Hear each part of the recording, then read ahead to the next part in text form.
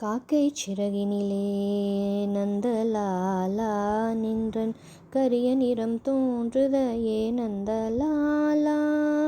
பார்க்கும் மரங்களெல்லாம் நந்தலாலா நின்றன் பச்சை நிறம் தோன்றுதையே Nandalala.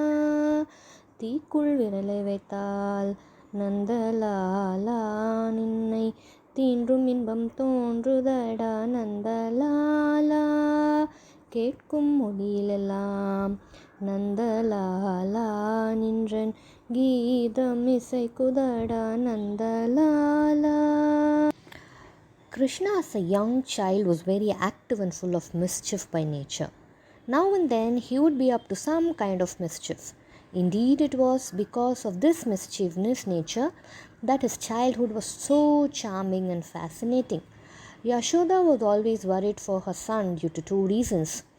One was that he constantly thought of creating some prank or the other, and at appropriate occasion by playing carelessly.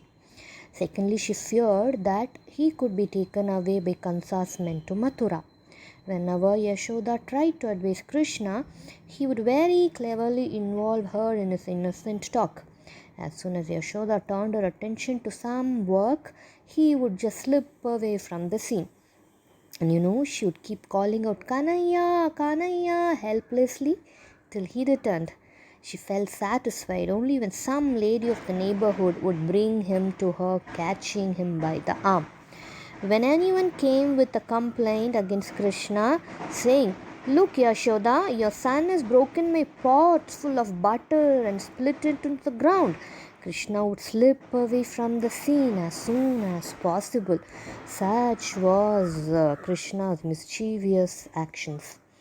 Krishna had grown up a little more, and his mischiefs had also enlarged in proportion. He would sneak into any house along with his friends, break the pots full of butter and curd with a rod, and with all the company he would enjoy all of it.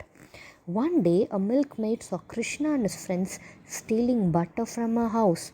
She ran to Yashoda and complained to her, saying, "Can't you advise your son? Come with me and see how he has broken my pots full of butter and yogurt and spilt everything in the soil." Yashoda replied helplessly, "What could I do, dear? I'm really fed up of his pranks. I've advised him hard many times, but he does not care for anything. Now it is up to you only to preserve all your things carefully."